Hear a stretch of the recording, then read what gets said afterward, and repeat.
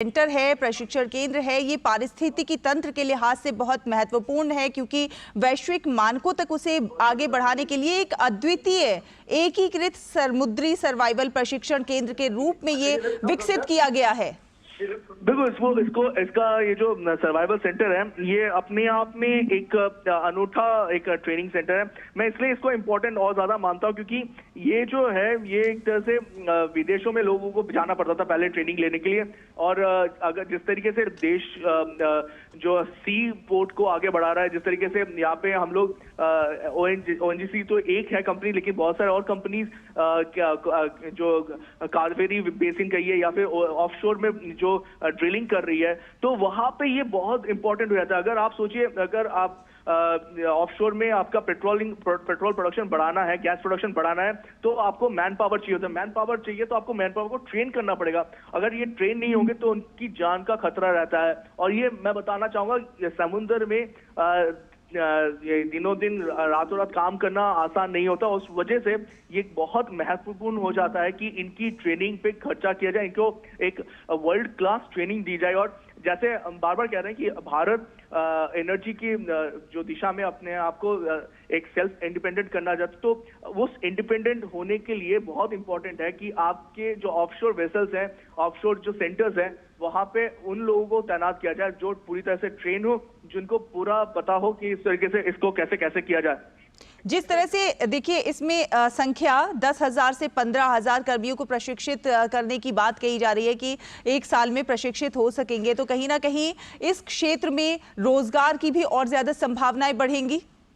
देखिए, रोजगार इस तरीके से नहीं कि जो 10-15 हजार के लोग हैं उनको रोजगार, वो तो अलग चीज है, वो तो उनको ट्रेनिंग वो मिल ही रहा है। लेकिन जो अहम चीज है कि आपका पूरा का पूरा एक सिस्टम बनता है, एक ओवरऑल एक सिस्टमिक जो होता है, उस पर एक बहुत अहम चीज है। क्योंकि पेट्रोल, ऑयल, गैस, ये सारी चीजें, ये एक तरह से इस वक्त हमारी जो इकोनॉमी है वो फॉसिल फ्यूल्स बेस्ड इकोनॉमी है, यानी कि इस ऑयल बेस्ड या गैस बेस्ड और कोल बेस्ड है। तो अगर इनको चलाना है तो इनको हमारे को जो देश की जो कंपनीज हैं उनको ऑफशोर से लेना पड़ेगा, ये ड्रिलिंग करनी पड़ेगी।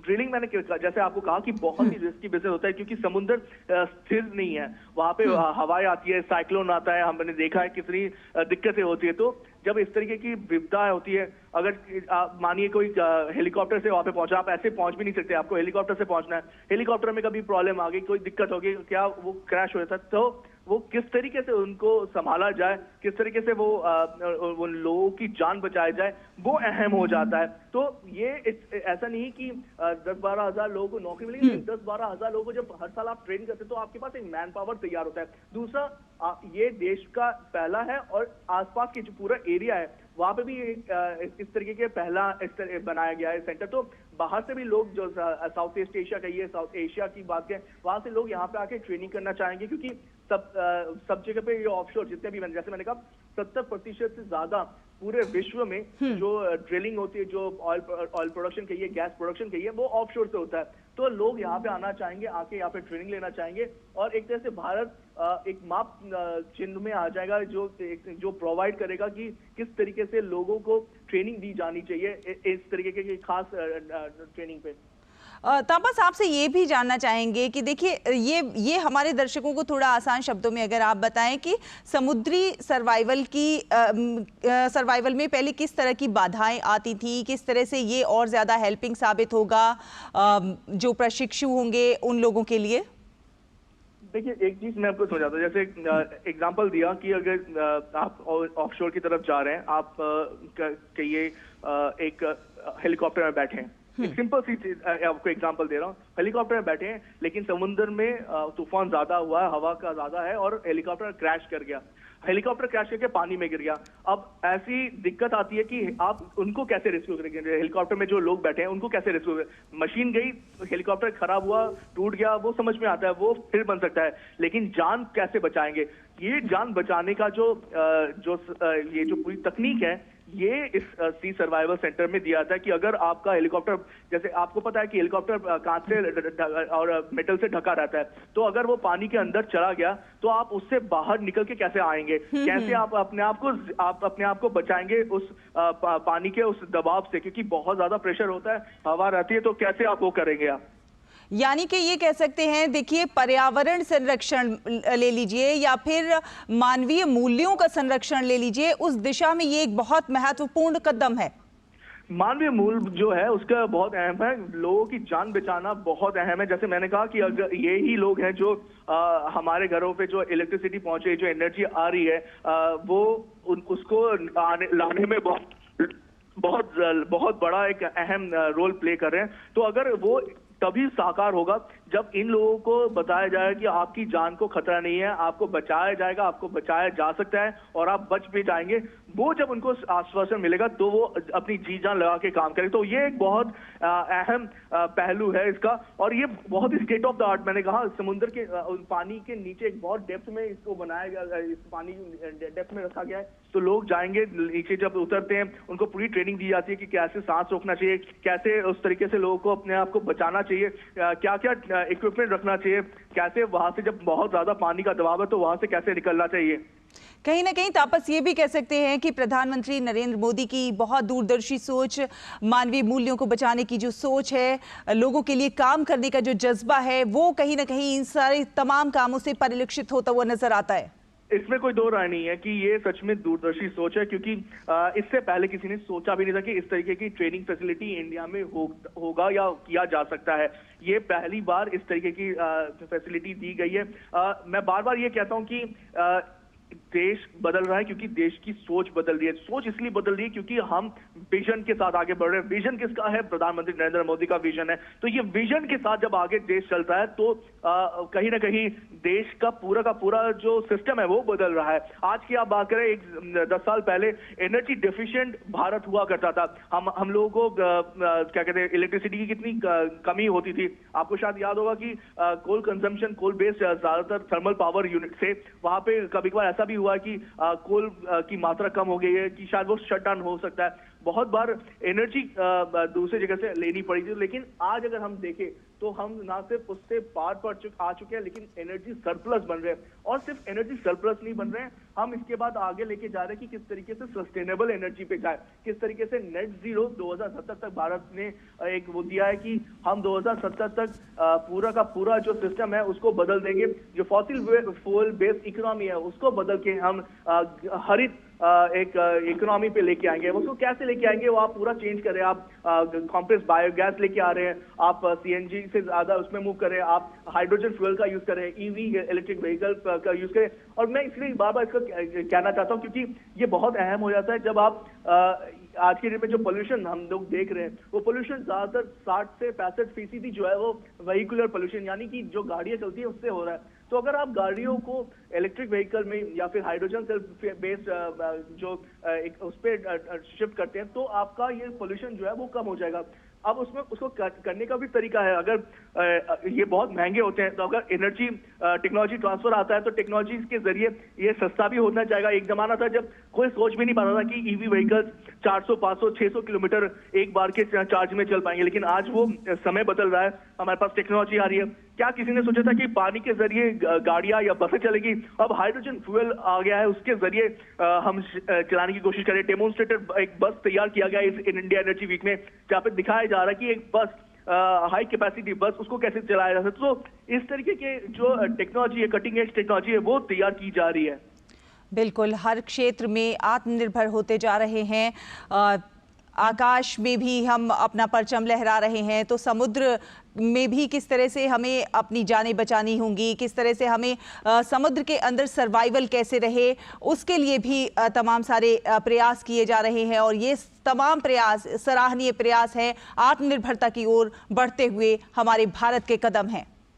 बिल्कुल, इसमें कोई दो राय नहीं कि भारत को अगर विकसित भारत बनना है, भारत को अगर डेवलप्ड कंट्री में शुमार होना है 2047 तक, तो बहुत अहम भूमिका ये जो एनर्जी के माध्यम से होने वाली है। क्योंकि जिसके पास एनर्जी है वो ही आगे जाएगा, और वो बहुत ज्यादा महत्वपूर्ण इसमें भूमिका निभाने जा रही है। इंडिया एनर्जी वीक 2024 जो है इसमें एक बहुत अहम भूमिका निभाने जा रहा है। मैं बार बार कह रहा हूँ कि ये जो इंडिया एनर्जी वीक में ये सिर्फ एक जमावड़ा नहीं है लोगों का, बल्कि यहाँ पे हम देख पा रहे हैं कि बहुत भारी तादाद में लोग आ रहे हैं, जो करीब 35,000 से अटेंडीज हैं। आप 17 कंट्री से जो एनर्जी मिनिस्टर्स आ रहे हैं। यहाँ पे जो ग्लोबल कंपनीज है, जितने भी आप विश्व के कोई भी बड़ी कंपनी उठा लीजिए जो एनर्जी में डील करते हैं, उनके टॉप सीईओज, टॉप बॉसेस यहाँ पे आ रहे हैं। क्यों आ रहे हैं? क्योंकि भारत में उनको एक आशा दिखती है, भारत इनको आगे लेके जाने का एक माध्यम दिखता है कि अगर भारत आगे निकला तो वो सबको आगे लेके जाएगा। तो ये इसी बहुत अहम बात होती है। मैं बताना चाहूंगा कि प्रधानमंत्री नरेंद्र मोदी ओएनजीसी सर्वाइवल से निकल के अब जो एग्जीबिशन सेंटर है वहां पे पहुंच चुके हैं। अब वहां पे जो एग्जीबिशन सेंटर है, एग्जीबिशन सेंटर में वो जो कटिंग एज टेक्नोलॉजी की मैं बार बार बात कर रहा हूँ, जैसे कि भारत ने बहुत, इससे पहले भी मैंने कहा कि सस्टेनेबिलिटी पे बहुत ज्यादा फोकस किया है। आपको शायद याद होगा इंडिया जो सोलर अलायंस था, इंटरनेशनल सोलर अलायंस था, उसका भी जो उसके में भी अग्रणी भूमिका निभाई थी भारत ने। और उसके बाद ग्लोबल बायोफ्यूल अलायंस, इसमें भी भारत ने अग्रणी भूमिका निभाई है G20 में। और इसी ये वजह है यहाँ पे जितने भी आप देख पा रहे हैं, जितने भी कंपनीज हैं, ये यहाँ पे उन्होंने जो अपना पवेलियन लगाया है, वहां पे स्पेशली इन पवेलियंस में उनको ट्रेनिंग दी जा रही है, उनको बताया जा रहा है कि किस तरीके से कटिंग एज टेक्नोलॉजी के जरिए आप देश का पूरा जो कायाकल्प कर सकते हैं, खासतौर से एनर्जी के माध्यम से। जैसे मैंने अभी बताया कि एनर्जी जो है वो एक देश को आगे ले जाने का बहुत अहम एक भूमिका निभाती है। और ये इंडिया एनर्जी वीक जो है एक तरह से जितने भी स्टेक होल्डर्स हैं उन सबको एक जगह पे लेके आने की, और ये हम तस्वीरें भी दिखा रहे हैं जी बिल्कुल गोवा से, जब वो एनर्जी वीक का सप्ताह जो है उसमें इस एग्जीबिशन में मौजूद हैं। Your business is bound to fail if you do not stop doing these three things. First, doing everything by yourself. It's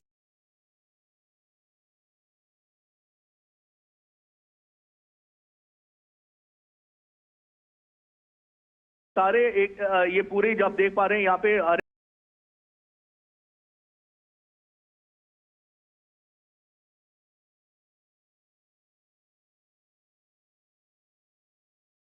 बताया जा रहा है कि किस तरीके से जो टेक्नोलॉजी का यूज किया जा रहा है। मैं बार-बार जैसे अभी हमने कहा कि हाइड्रोजन बस में पानी को यूज किया जाता है, लेकिन पानी को किस तरीके से आगे ले जाया जा सकता है, उसको एक इलेक्ट्रोलाइजर की एक टेक्निक बोली जाती है। वो इलेक्ट्रोलाइजर टेक्निक है जो पानी को तोड़ता है, वो हाइड्रोजन में उसके सेल को तब्दील करता है। वो जो तब्दील करता है वो एक जो टेक्नोलॉजी डेमोन्स्ट्रेटर है वो दिया जाएगा। वो ये बहुत अहम करता है, भूमिका हो जाती है। वो बिल्कुल तापस, हम जानते हैं प्रधानमंत्री नरेंद्र मोदी अपनी सभ्यता को, अपनी संस्कृति को साथ लेकर चलने वाले हैं। साथ ही साथ प्रधानमंत्री नरेंद्र मोदी अपनी सभ्यता को, अपनी संस्कृति को साथ लेकर चलने वाले हैं। साथ ही साथ प्रधानमंत्री नरेंद्र मोदी का फोकस रहता है विकास पर, विकसित भारत की उन्होंने एक परिकल्पना की और उस दिशा में लगातार आगे बढ़ते हुए आज हम देख रहे हैं कि नए नए आयामों को, नए नए पड़ावों को हासिल किया जा रहा है।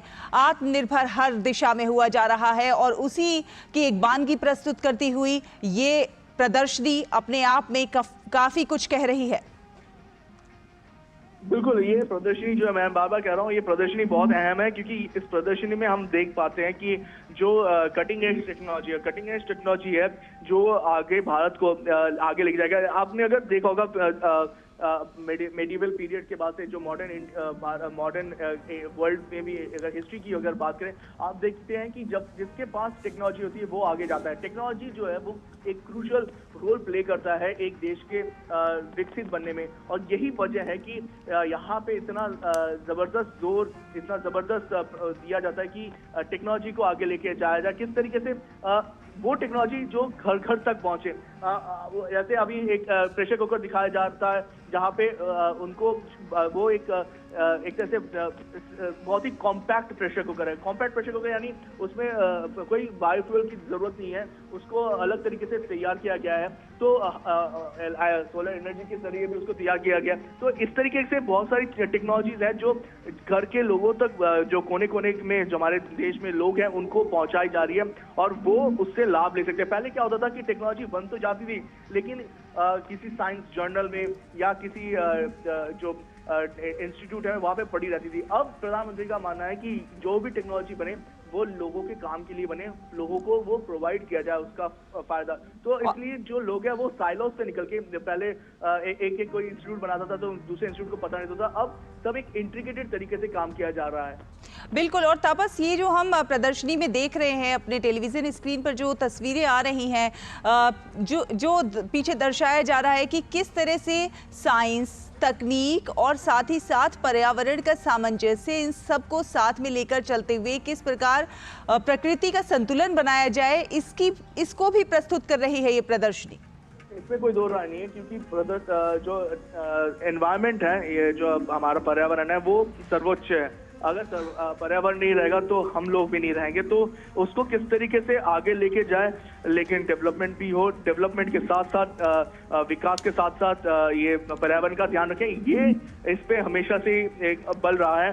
सस्टेनेबिलिटी की आपने बात की, प्रधानमंत्री का खुद का उन्होंने पूरे विश्व को दिया है नारा, लाइफ का मिशन लाइफ जो है, वो लाइफस्टाइल फॉर चेंज जो है, वो बता रहे हैं कि सस्टेनेबिलिटी के साथ चलिए। अगर आपको जरूरत है जिस चीज की, वही चीज लीजिए, एक्स्ट्रा ना लीजिए, वेस्ट ना कीजिए, और वो एक अहम नारा है। और ये जो प्रदर्शनी है, यहाँ पे भी हमें वैसी ही चीजें देखने को मिल रही है कि किस तरीके से पर्यावरण को ध्यान में रख के सारी चीजें की जा रही है। और ये जो पूरा प्रदर्शनी प्रधानमंत्री देख रहे हैं, देखिए ऐसा नहीं है कि हर एक जगह पे जा रहे हैं, हर एक चीज समझने की कोशिश कर रहे हैं, हर एक लोगों से मिल रहे हैं, उनको बता रहे हैं कि आप आगे बढ़ रहे हैं। और बहुत ही ये जो प्रोत्साहन देने वाला ये पूरा का पूरा मामला है। तो लोग खुश हैं, जो जितने भी इंजीनियर्स हैं, जितने भी साइंटिस्ट हैं, लोग काम कर रहे हैं हर एक अलग अलग टेक्नोलॉजी पे, उनको एक बल मिल रहा है कि अगर हमारे देश का प्रधानमंत्री हमारे साथ खड़ा है तो हम कोई भी बाधा काट के आगे बढ़ सकते हैं। और बिल्कुल तापस, हमने देखा है कि बीते कुछ सालों में जिस तरह से स्टार्टअप्स को बहुत ज़्यादा बढ़ावा मिला है, कौशल को बहुत ज़्यादा बढ़ावा मिला है, और ये लोगों के कौशल को बढ़ावा देने का, उन्हें एक मंच प्रदान करने का ही कारण है कि आज तमाम स्टार्टअप्स ऐसे सामने आए हैं जो देश को एक नए आयाम पर ले जाने में, अपना न्यू इंडिया बनाने में अपना योगदान दे रहे हैं। स्टार्टअप्स पर्यावरण की दिशा में बहुत कुछ सार्थक प्रयास और परिवर्तन करते हुए नजर आ रहे हैं, और प्रधानमंत्री का फोकस स्टार्टअप्स को आगे बढ़ाने पर रहा है। शायद इसमें कोई डाउट नहीं है कि विश्व में थर्ड सबसे बड़ी स्टार्टअप इकोसिस्टम भारत की है। सबसे ज्यादा तेजी से जो यूनिकॉर्न बन रहे हैं वो भारत में बन रहे हैं। पूरी विश्व की नजरें जो है इस वक्त भारत में। और वो भी क्यों ना, मैं आपको एक एग्जांपल देता हूँ ना। हम लोगों ने बताया कि ethanol blended petrol programme Bharat ने शुरू किया था, जहाँ पे कोशिश की जा रही है कि 35 तक 20% ब्लेंडिंग जो है E20 जिससे कि ब्लेंडिंग की जाए। इससे पहले जब लोगों ने सुना था, सोचा था, तो उन्होंने कहा था कि ये पॉसिबल नहीं है, ये हो नहीं सकता। लेकिन ना सिर्फ 10% का पहले लक्ष्य रखा गया, उसको पहले ही हासिल किया गया, बल्कि उसके बाद E20 के साथ इस लक्ष्य को आगे बढ़ाया गया। अब मैं एक एग्जांपल देता हूँ, करीब 4 बिलियन $, या ये इतनी बड़ी जो राशि है, इसको हर साल बचाया जा रहा है। और सिर्फ बचा नहीं जा रहा, हम ये विदेशी मुद्रा जो है $, बचा नहीं रहे, हम अपने जो किसान हैं उनको भी फायदा पहुंचा रहे हैं। तो अगर जो पहले एक किसान अगर शुगर केन या उसकी कटाई करता था, उसको उगाता था, तो अब उसको उसका दुगना पैसा भी मिल रहा है कि कंपनीज आ रही है, उनसे ले रही है, क्योंकि वो ब्लेंड इथेनॉल बनाने में वो सहायक है। दूसरी जो अहम चीज है कि हम बार बार बात करें क्लीन एनर्जी टेक्नोलॉजीज की, क्योंकि हमें चाहिए जो पावर सेक्टर में जो इलेक्ट्रिसिटी की खपत है वो जरूरत है। आप सोचिए, एक जमाना था जब, जैसे मैंने कहा था, पावर डिफिशिएंट था भारत, और आज की डेट में करीब 1,94,394 मेगावाट जनरेशन कैपेसिटी भारत ने पिछले 9 सालों में, यानी एक जमाना था जब 4,26,000 से ये ज्यादा बढ़ा के, और उसमें से 4,26,000 की जो कैपेसिटी है वो आप सोचिए, ये पावर कैपेसिटी जो है इसमें बढ़ाई गई है जो आपके रिन्यूएबल सेक्टर की तरफ से। तो फॉसिल फ्यूल्स का जो वो रखा जा रहा है वो कम किया जा रहा है हर बार, और जो रिन्यूएबल जो सेक्टर का है वो उसको बढ़ाया जा रहा है। तो रिन्यूएबल 2023-24 की अगर मैं बात करूं तो 7,570 मेगावाट रिन्यूएबल कैपेसिटी किया गया है, मतलब अभी तक का। और इसके साथ साथ इसमें से करीब 5,530 मेगावाट सोलर में है और 1900 मेगावाट करीब विंड एनर्जी में है। तो ये जो सोलर विंड के साथ अब आया गया है बायोमास के साथ CBG यानी कि कंप्रेस बायोगैस नेचुरल जो सेक्टर है वो भी आ गया। तो ये दोनों ही चीजें बहुत अहम है, ये दोनों ही चीजें बहुत महत्वपूर्ण हो जाती है और इसी वजह से हम बार बार कहते हैं रोड मैप तैयार किया जा रहा है कि किस तरीके से एक रोड मैप बनाया जाए, किस तरीके से ये जो भारत को आगे लेके जाना है 2070 तक नेट जीरो में तब्दील होना है। तो नेट जीरो कैसे तब्दील होगा उसका एक रोड मैप तैयार किया गया, उसी पे ये चल रहे हैं। बिल्कुल। और तापस, इसमें अभी तस्वीरों में हमने देखा प्रधानमंत्री नरेंद्र मोदी को एक एक स्टोव है और कुछ बॉटल्स हैं। ये क्या हैं और किस तरह से ये एनर्जी से रिलेट है? जी, मैं वही आपको बता रहा था कि किस तरीके से जो गांव में लोगों को ये स्टोव दिया जाएगा, उससे जो गांव की जो औरतें हैं, जो लेडीज हैं, आपको शायद याद होगा एक जमाना था कि चूल्हा फूकती थी और हाँ। चूल्हे का जो धुआं आता था तो वो किस तरीके से लोगों को, जो खासों से जो महिलाएं हैं, उनकी जो सांसें उनमें दिक्कत होती थी, उनकी मृत्यु की दर जो है इस वजह से बढ़ जाती थी। ये जो इस तरीके का ये चूल्हा बनाया गया है ये स्मोकलेस है, यानी इससे धुआं नहीं निकलेगा और ये एक तरीके से जो लोग हैं वो उसको यूज जब करेंगे, खासतौर से रेनी जब यूज करेंगे गांव के, तो उनके लिए एक तरह से वरदान है। ये उज्ज्वला स्कीम के जरिए बहुत सारे लोगों को ऑलरेडी प्रोवाइड करने की कोशिश की जा रही है और हमें बताया गया है कि इस तरीके के जो एक्सपेरिमेंट्स हैं ये इनको अब घर घर तक पहुंचाने की जो जरूरत है वो की जा रही है, उनको लेके जा रहे हैं।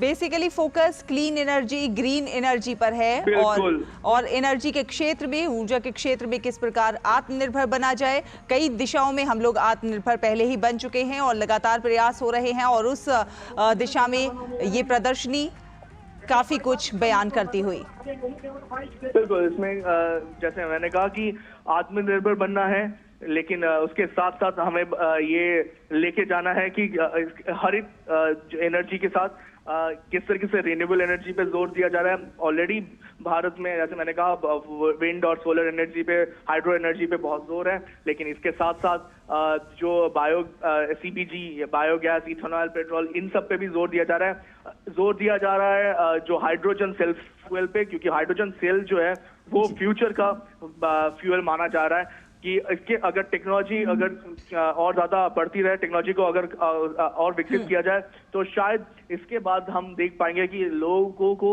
ये एक्चुअल फ्यूल होगा जो रिप्लेस करेगा फॉसिल फ्यूल को। तो बहुत बड़ी टेक्नोलॉजी ट्रांसफॉर्मेशन चल रही है इस वक्त। इलेक्ट्रोलाइजर बहुत अहम है। इलेक्ट्रोलाइजर का उस पर बहुत ज्यादा जो पहले क्या होता था, जो इलेक्ट्रोलाइजर जो उसको जो पानी को तोड़ता था, वो इलेक्ट्रोलाइजर पहले बाहर से आता था, लेकिन अब ये तकनीक भारत में ही बनाई जा रही है और ये इंडिया एनर्जी वीक पे दर्शाया गया है इंडियन ऑयल के स्टॉल में, ऑयल इंडिया के स्टॉल पवेलियन पे, कि किस तरीके से ये इलेक्ट्रोलाइजर जो है वो बहुत अहम है। ऐसे ही मैंने जैसे कहा कि एक बस यहाँ पे लगाया गया है, इस बस पे जो बस चलेगी वो पानी से चलेगी। जी हाँ, मैं आप अगर ये अचंभा नहीं है, पानी से ही चलेगी क्योंकि इसमें हाइड्रोजन फ्यूल का यूज किया जा रहा है। जैसे मैंने कहा, इलेक्ट्रोलाइजर को उस तरीके से तैयार किया गया कि पानी डाला जाएगा और वो उस पानी को तोड़ के उससे हाइड्रोजन तब्दील करके वो गाड़ी चलेगी और ये गाड़ी ऑलरेडी मार्केट में आना शुरू हो चुकी है। पहली गाड़ी ये ऑलरेडी इंडियन ऑयल पे डाल दिया गया है। बिल्कुल, ग्रीन एनर्जी पर प्रधानमंत्री नरेंद्र मोदी का लगातार फोकस रहा है। उस दिशा में कई प्रयास हो रहे हैं, लोगों को धुएं से मुक्त कराने के लिए तमाम प्रयास हो रहे हैं। उसके लिए चाहे उज्ज्वला योजना हो या फिर ऑयल का जो सब्स्टिट्यूट है वो लाना हो, तमाम सारी चीजें। और जिस तरह से लोगों को प्रोत्साहन देना, आप देखिए बहुत सारे लोग हैं जो कुकिंग ऑयल से बायोफ्यूल तैयार कर रहे हैं, पेड़ पौधों के सूखी पत्तियों से और जो मेडिकल वेस्ट होता है उससे बायोफ्यूल तैयार कर रहे हैं। तमाम लोग आत्मनिर्भरता की इस कड़ी में कदम से कदम मिलाकर जुड़ते जा रहे हैं। जी बिल्कुल, आपने सही कहा कि जिस तरीके से लोग आगे बढ़ रहे हैं, आप देख पाते हैं कि कहीं ना कहीं लोगों में भी वो जज्बा है कि 2070 तक किसी तरीके से 2070 तक जो नेट जीरो का प्रधानमंत्री का जो नारा है, जो विजन है, उसको हासिल करें। ये जो इथेनॉल ब्लेंडिंग की बात की मैंने, इथेनॉल को किस तरीके से तैयार किया जाएगा, उसका 2G जो सेकेंड जनरेशन जो है वो भारत में वो टेक्निक आ चुकी है। 3G की भी टेक्निक अगर इस तरीके से चला तो वो 3G की टेक्निक भी आ जाएगी भारत में।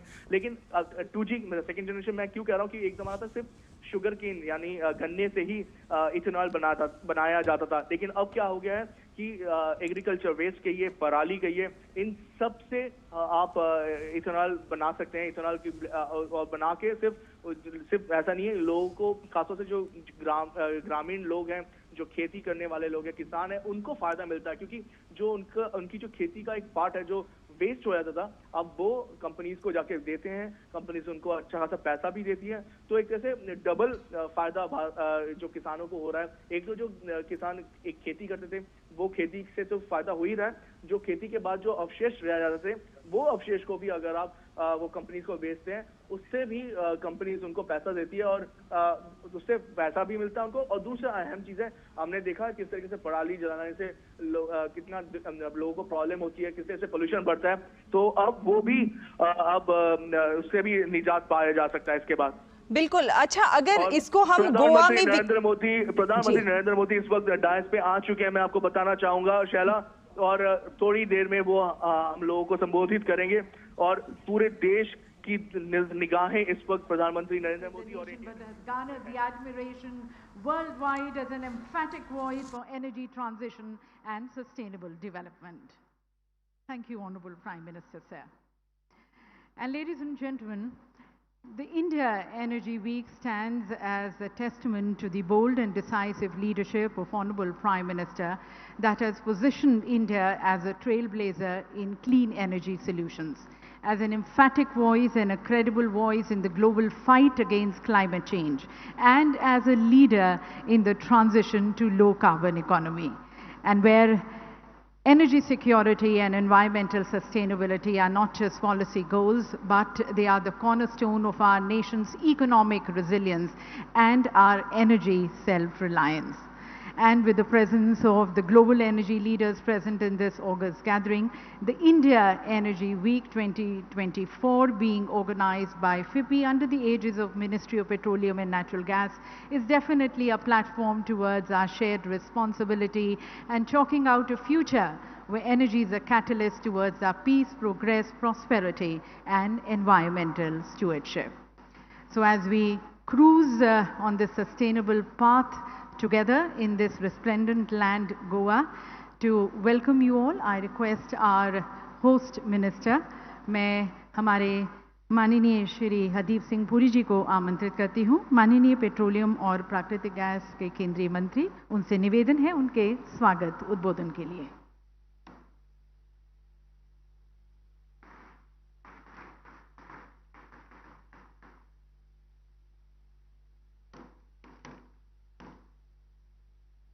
परम आदरणीय प्रधानमंत्री ji, honourable governor of Goa Shri PS Sreedharan Pillai ji, honourable chief minister of Goa Shri Ravan ji, excellencies, captains from the global oil and gas industry, friends from the media, ladies and gentlemen.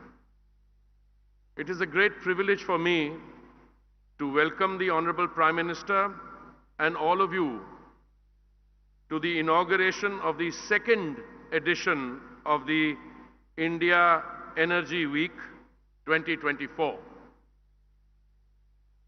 Excellencies, we are meeting at a crucial juncture in the global economy. Amongst the multiple crises that we and the world faces, one of the major challenges in the energy sector is to simultaneously address issues of availability, affordability, and sustainability whilst prioritizing energy security. Honorable Prime Minister, under your leadership, India is becoming the growth center for the global economy and the demand center for global energy. Reflecting this position, in just 2 years, the India Energy Week has become a prominent date on the global energy calendar. This year, we have 900 exhibitors, which is 30% more than last year. And we will be hosting over 35,000 attendees, 350 global companies, ministers from different governments, country pavilions. All this is now part of the India Energy Week platform. Over the next 4 days, India Energy Week will feature more than 400 global speakers, contributing to over 46 strategic sessions and 46 technical sessions. Last year, sir, you had suggested that we involve more people in the program to see the sustainable solutions, the innovations which were showcased. Sir, this year, a very large number of students are going to attend and participate in the Energy Week. Over 300 startups and MSMEs will highlight their prowess in the special Make in India pavilion. Sir, you assumed the leadership of the G20 at a time when there were, and there still are, many global challenges, and you played unifier. Similarly, in the energy field, also, seeing the turbulence in the last 2 years, India, through its market processes and otherwise, has sought to play the role of a unifier in the global energy market. We need to come together and join hands in defining an energy agenda which is inclusive, market-driven, and climate-sensitive. Honorable Prime Minister, because of your sensitivity to our large population, many of them who still face the developmental challenges, we were able, under your leadership, to ensure that prices of energy in India, petrol, diesel, were in fact not only amongst the lowest in the world, but over a 2-year period, these declined. Your flagship programs like Pradhan Mantri Ujjwala Yojana, National Biofuels Policy, National Green Hydrogen Mission, the PM Jeevan Yojana, along with global initiatives such as the International Solar Alliance and the Global Biofuels Alliance, have not only caught the attention of our collaborators in other countries, but have also elicited appreciation, support, and adoption. Today, as we transition, we have to ensure the flow of traditional energy is not disrupted. Because of the pragmatic policies that you have followed, sir, India has, as I said, played a crucial role of a unifier in a deeply divided world to ensure the flow of energy is not disrupted. Last year, crude oil was India's biggest import item, and petroleum products made up the largest share of exports, even whilst we made very impressive transition, going from 1.4% of biofuels blending in 2014 to 12% now, and a 20% target for 2030, which you brought forward to 2025. I am optimistic, sir, that the convergence of brilliant minds, the IEW 2024, will lead to innovative solutions for the challenges the world faces in this volatile, uncertain, complex, and ambiguous environment. Together, we can navigate and overcome these challenges, creating a positive impact on a global scale. And again, whilst welcoming all our friends and visitors from abroad, I wish you very happy deliberations in the next 4 days and look forward to meeting in the 3rd edition of India Energy Week next year. Thank you very much.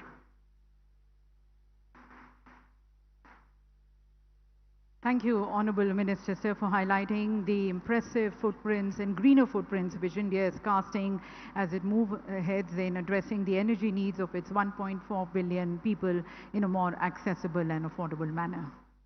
और देवी सज्जनों, हमारे माननीय प्रधानमंत्री जी ने हमें एक लक्ष्य दिया है भारत को विकसित भारत बनाने का वर्ष 2047 तक, और माननीय प्रधानमंत्री जी का ये संकल्प है कि देश के हर एक राज्य को साथ लेकर उसके पर्यावरण अनुकूल, सतत और समावेशी विकास के साथ भारत को विकसित भारत बनाते हुए विश्व गुरु बनाना है। एक ऐसा राष्ट्र जो हर एक क्षेत्र में आत्मनिर्भर बनकर, एक उत्तीर्ण उदाहरण बनकर अपनी समस्याओं के समाधान के साथ विश्व का नेतृत्व करे। और इस विकसित भारत की यात्रा में गोवा भी अपना सहयोग दे रहा है अपने ग्रीनर फुटप्रिंट्स कास्ट कर। तो अब मैं मेज़बान माननीय मुख्यमंत्री डॉक्टर प्रमोद सावंत जी को आमंत्रित करती हूँ इस सम्मानित सभा को संबोधित करने के लिए।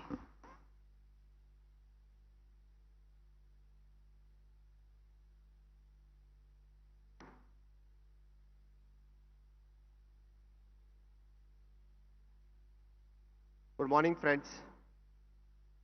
For the inaugural function of India Energy Week, respected Prime Minister of India, Sri Narendra Modi ji, Honorable Governor of Goa, P.S. Sridharan Pillai ji, Sri Hardeep Singh Puri ji, the Central Minister, Sri Rameshwar Teli ji, Central State Minister of the Petroleum, esteemed dignitaries, respected industry leaders, distinguished guests, and my fellow Goikars. It is with the immense pride and enthusiasm that I stand before you today as Goa unveils its vibrant energy to the world, hosting the inaugural of India Energy Week 2024. The presence of our esteemed Prime Minister Sri Narendra Modi ji marks a momentous occasion and signifies the crucial role of Goa plays in India energy future. India Energy Week stands as a beacon of collaboration and innovation. With over 100 countries participating in this endeavor, this platform fosters the meaningful dialogues and action towards the sustainable and secured energy future. Here in Goa, amidst the beauty of our beaches and verdant landscape, we explore clean energy solutions, cutting-edge technologies, and sustainable practices that will shape the world energy landscape. As a state, Goa embraces its responsibility to contribute to greener tomorrow. We are actively transitioning towards the renewable energy sources with ambitious plan to achieve 60% solar and wind energy mixed by 2035. We are leading the way in electric vehicle adoption, aiming for 100% EV penetration by 2027. Our initiatives in energy efficiency and conservation future demonstration our commitment into sustainable future. India Energy Week presents the unique opportunity for Goa to showcase its potential as a thriving energy hub. We welcome domestic and international investors to explore partnership and ventures in renewable energy, green hydrogen, offshore wind, and emerging technologies. Collaboration is key, and we are committed to providing the transparent and investor-friendly environment for accelerate the clean energy projects. My government is also committed to creating the pool of skilled workforce through the various efforts towards the skilling, reskilling, and upskilling, the catering to the various emerging sectors in the state. Our vision is not just to be the vibrant energy state, but also the model for the sustainable development.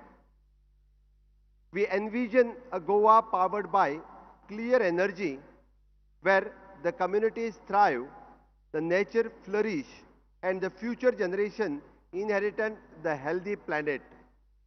The Prime Minister Narendra Modi ji's visionary leadership has set to the ambitious roadmap for India's energy transformation. His unwavering commitment to sustainability and clean energy fuels our own endeavors. The oil and gas industry rank amongst India's 8 core industries and contributes about 30% of the primary energy consumption. With the credential of being a third largest consumer of crude oil and petroleum product in the world and second largest refinery in Asia after China, the growing economy and the population growth are bound to drive the demand for oil and gas further. The several policy reforms have been taken by the government to remove the obstacles of investment and incentivize the oil and gas sector on the line with Make in India initiatives.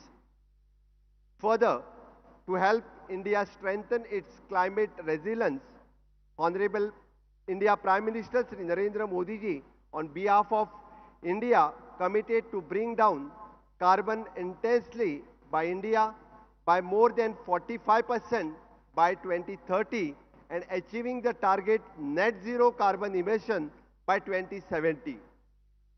Further, Indian government has called to making the lifestyle for the environment a global mission to tackle the adverse effect of the climate change. Further, I am glad to know that ONGC has set up the world-class training facilities of HUET and Biocide module at Goa, which is not only to facilitate the training of ONGC officials, but also provides the support to Indian Coast Guard and will also be available for the global community. In the above backdrop, India thus emerged as a epicentric of the global energy landscape. India Energy Week 2024 will provide an ideal platform for policymakers, business leaders, researchers, and entrepreneurs to contemplate, deliberate, and to take the decisive steps to navigate the ever-evolving energy landscape.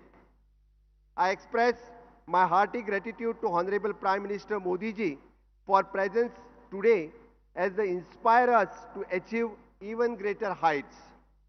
It is this constant support that they enable the Goa to host 8 major meetings of the part of the nation's G20 presidency and also the prestigious meeting for the foreign ministers on the sideline with the G20 meetings. Friends, the Goa is rapidly getting the recognition as a preferred destination for MICE.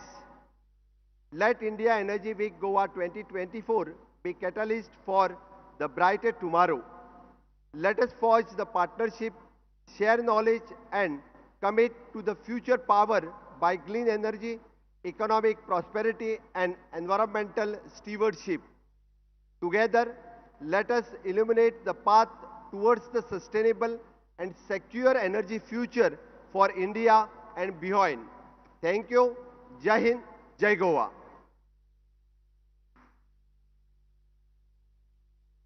Thank you, Honorable Chief Minister, sir, for highlighting the sustainable roadmap which you are charting out for Goa under the margdarshan of Honorable Prime Minister for a healthier tomorrow and a healthier planet. And ladies and gentlemen, in this ever-evolving landscape of offshore operations, India has been ensuring the safety and the preparedness of its energy personnel.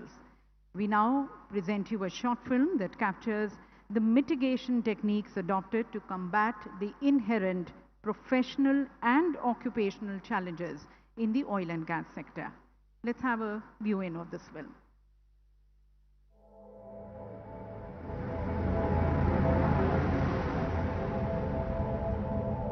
यदि हम आत्मनिर्भर नहीं,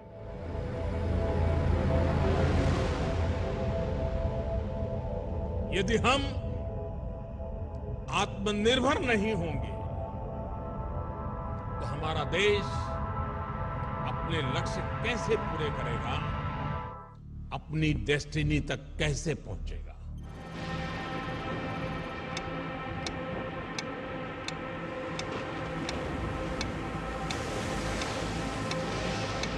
6-5 is going in present position. Mayday, mayday, mayday, we're going down. Mayday, mayday, mayday, we're going down. Going in present position.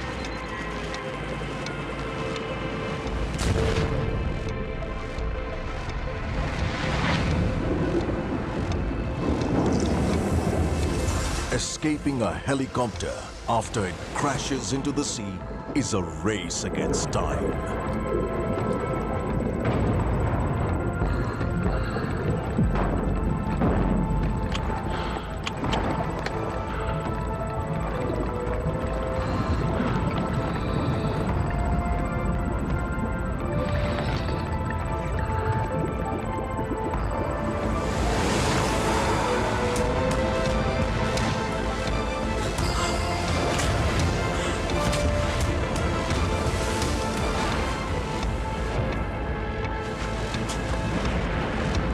The quest is to take everyone along to the finish line.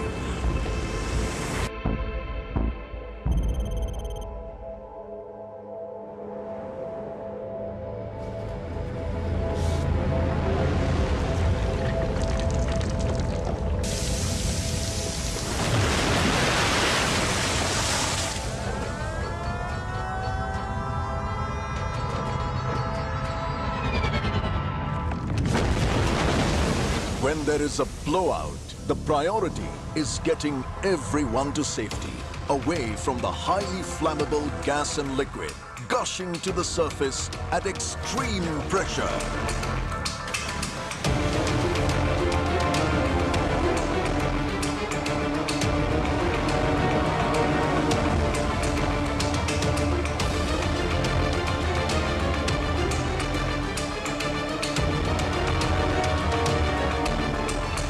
Then clamping it down before it gets out of hand.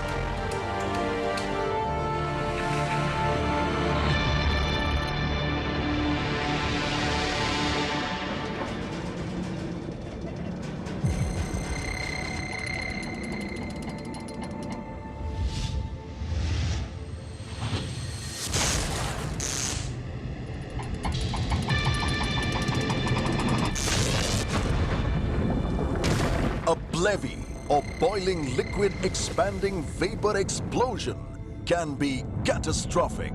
It's important to know how to avert it and, if it occurs, how to combat it. The priority is always to save lives.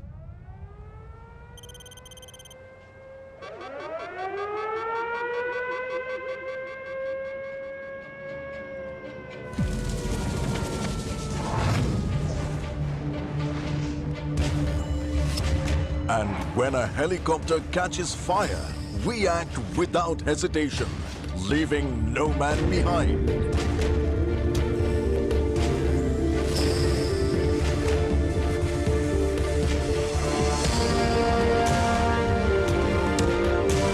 This is what we learn at the ONGC Advanced Training Institute, a 260-acre campus where the cadets in training master numerous skills, from sea survival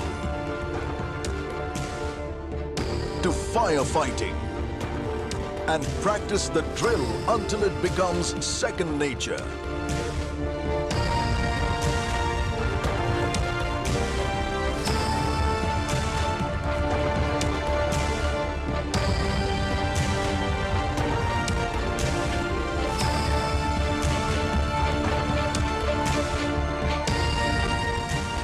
Turning them into world-class energy soldiers.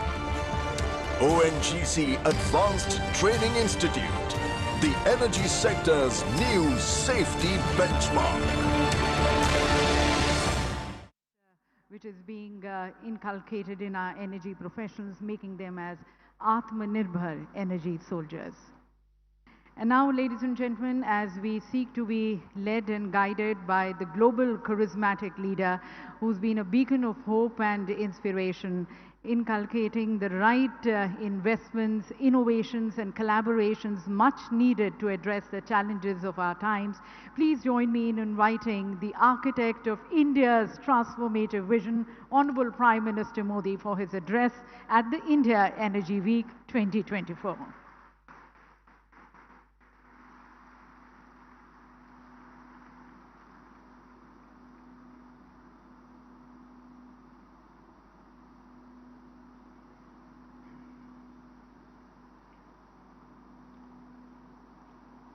Goa के राज्यपाल श्रीमान PS Sreedharan Pillai जी, गोवा के युवा मुख्यमंत्री श्री प्रमोद सावंत जी,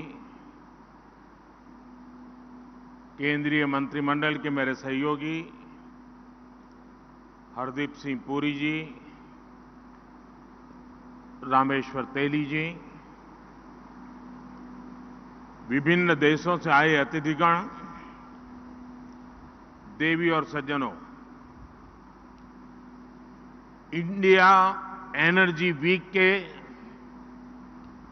इस दूसरे संस्करण में मैं आप सभी का अभिनंदन करता हूं। हमारे लिए ये बहुत खुशी की बात है कि इंडिया एनर्जी वीक का ये आयोजन हमेशा एनर्जी से भरे रहने वाले गोवा में हो रहा है। गोवा अपने आतिथ्य भाव के लिए जाना जाता है।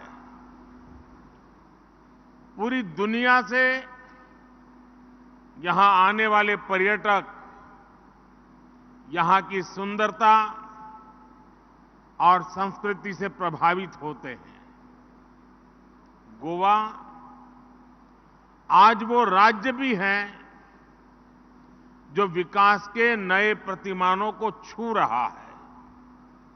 इसलिए आज जब हम पर्यावरण के प्रति संवेदनशीलता की बात करने के लिए एकजुट हुए हैं, सस्टेनेबल फ्यूचर के बारे में बात करने जा रहे हैं, तो इसके लिए गोवा बहुत ही परफेक्ट डेस्टिनेशन है।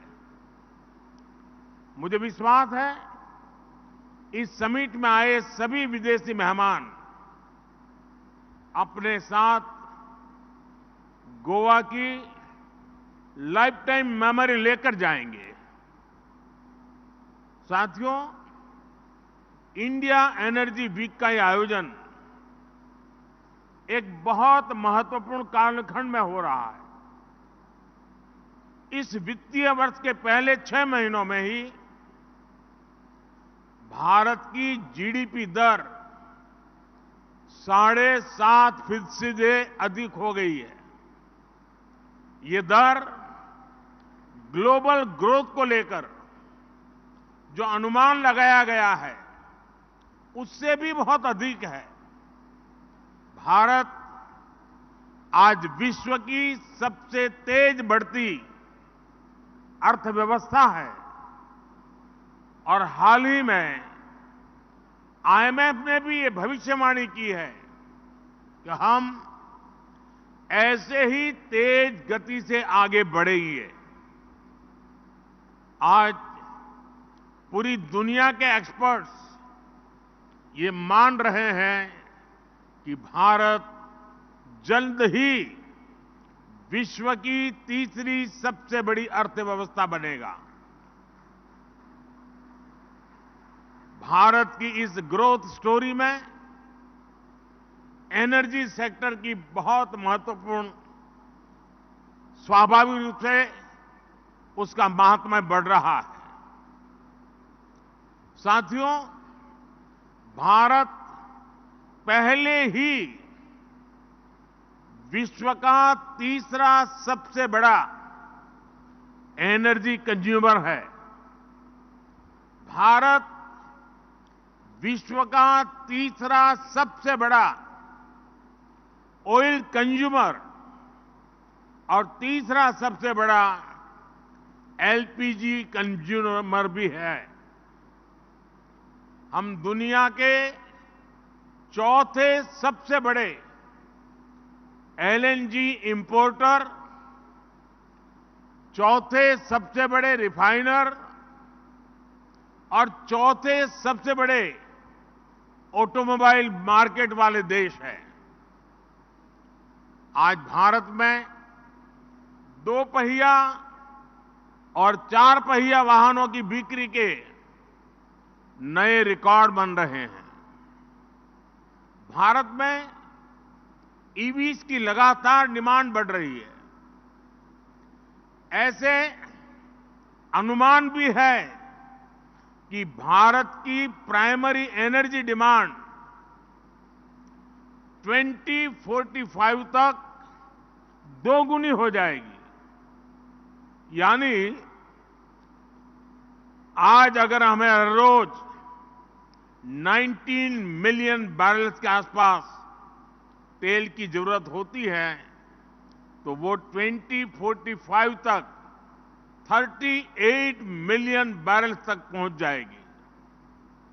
साथियों, भविष्य की इन जरूरतों को देखते हुए, इस बात को समझते हुए भारत अभी से तैयारी कर रहा है। बढ़ती हुई एनर्जी डिमांड के बीच भारत देश के हर कोने में एफोर्डेबल एनर्जी को भी इंश्योर कर रहा है। भारत ऐसा देश है जहां अनेक ग्लोबल फैक्टर्स के बाद भी बीते 2 सालों में पेट्रोल और डीजल के दाम कम हुए हैं।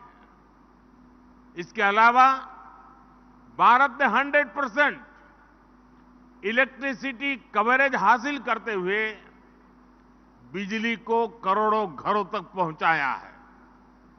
और ऐसे प्रयासों के कारण ही आज भारत विश्व के मंच पर एनर्जी सेक्टर में इतना आगे बढ़ रहा है। भारत ना सिर्फ अपनी जरूरतों को पूरा कर रहा है, बल्कि विश्व के विकास की दिशा भी तय कर रहा है।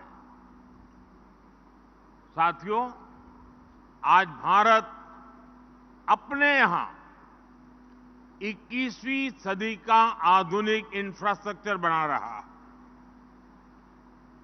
हम इंफ्रास्ट्रक्चर बिल्डिंग मिशन पर काम कर रहे हैं। इस वित्तीय वर्ष में हम इंफ्रास्ट्रक्चर पर करीब 10 लाख करोड़ रुपए इन्वेस्ट कर रहे हैं। अभी 1 सप्ताह पहले जो भारत का बजट आया है, उसमें हमने अब इंफ्रास्ट्रक्चर पर 11 लाख करोड़ रुपए से अधिक के खर्च का संकल्प लिया है। इसका एक बड़ा हिस्सा एनर्जी सेक्टर के खाते में जाना तय है। इस बड़ी राशि से रेलवे, रोडवेज, वाटरवेज,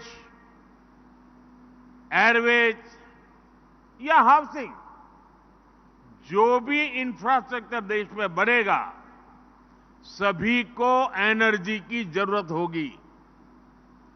और इसी कारण आप देख रहे हैं कि भारत कैसे अपनी ऊर्जा क्षमता को, एनर्जी कैपेसिटी को लगातार बढ़ा रहा है। हमारी सरकार ने जो रिफॉर्म्स किए हैं, उससे भारत में घरेलू गैस का उत्पादन तेजी से बढ़ रहा है। हम प्राइमरी एनर्जी मिक्स में नेचुरल गैस को 6% से बढ़ाकर 15% तक करने के लिए प्रयास कर रहे हैं। इसके लिए अगले 5-6 वर्षों में करीब $67 बिलियन का निवेश होने जा रहा है। हम पहले ही विश्व के सबसे बड़े रिफाइनर में से एक है। आज हमारी रिफाइनिंग कैपेसिटी 254 MMTPA से अधिक हो गई है।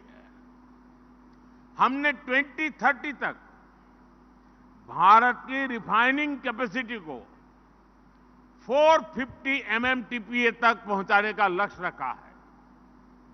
भारत पेट्रोकेमिकल और अन्य फिनिश प्रोडक्ट्स के क्षेत्र में भी एक बड़ा निर्यातक बनकर उभरा है।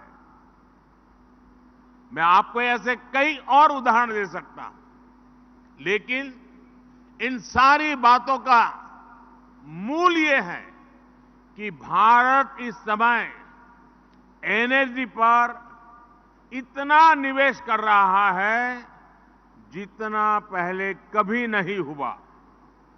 और इसलिए आज दुनिया में ऑयल, गैस और एनर्जी सेक्टर से जुड़ा करीब करीब हर लीडर भारत में निवेश करना चाहता है। कितने ही लीडर्स इस समय मेरे सामने बैठे हुए हैं। हम पूरी गर्मजोशी से आपका भी स्वागत करते हैं। साथियों, सर्कुलर इकोनॉमी भारत की प्राचीन परंपरा का हिस्सा रही है। रीयूजिंग का कंसेप्ट भी हमारे जीने के तरीके से जुड़ा हुआ है और ये बात एनर्जी सेक्टर से भी उतनी ही जुड़ी हुई है। पिछले वर्ष G20 समिट में हमने जिस ग्लोबल बायोफ्यूल्स अलायंस को शुरू किया था, वह हमारी इसी भावना का प्रतीक है। इस अलायंस ने पूरे विश्व की सरकारों, संस्थाओं और इंडस्ट्रीज को एक साथ इकट्ठा कर दिया है। जब से ये अलायंस बना है, इसे व्यापक समर्थन मिल रहा है। बहुत कम समय में ही 22 देश और 12 इंटरनेशनल ऑर्गेनाइजेशन इस अलायंस से जुड़ गए हैं। इससे पूरे विश्व में बायोफ्यूल्स के इस्तेमाल को बढ़ावा मिलेगा। इससे करीब $500 बिलियन की आर्थिक संभावनाओं को बनाने में भी मदद मिलेगी। साथियों, अपने यहां भी भारत ने इस क्षेत्र में बड़ी प्रगति की है। पिछले कुछ वर्षों में भारत में बायोफ्यूल्स का एडॉप्शन तेजी से बढ़ा है। 10 साल पहले हमारे यहां पेट्रोल में इथेनॉल की ब्लेंडिंग 1.5% के आसपास थी। 2023 में ये 12% से अधिक हो गई है। इससे लगभग 42 million metric tonne carbon emission घटा है। हम 2025 तक पेट्रोल में 20% इथेनॉल ब्लेंडिंग करने के लक्ष्य पर काम कर रहे हैं। आप में से कई लोग जानते होंगे, पिछले इंडिया एनर्जी वीक के दौरान ही भारत ने 80 से ज्यादा रिटेल आउटलेट्स पर 20% इथेनॉल ब्लेंडिंग की शुरुआत की थी। अब हम देश के 9,000 आउटलेट्स पर यही काम कर रहे हैं। साथियों, सरकार का प्रयास ग्रामीण अर्थव्यवस्था को वेस्ट टू वेल्थ मैनेजमेंट के मॉडल पर नई गति देने का भी है।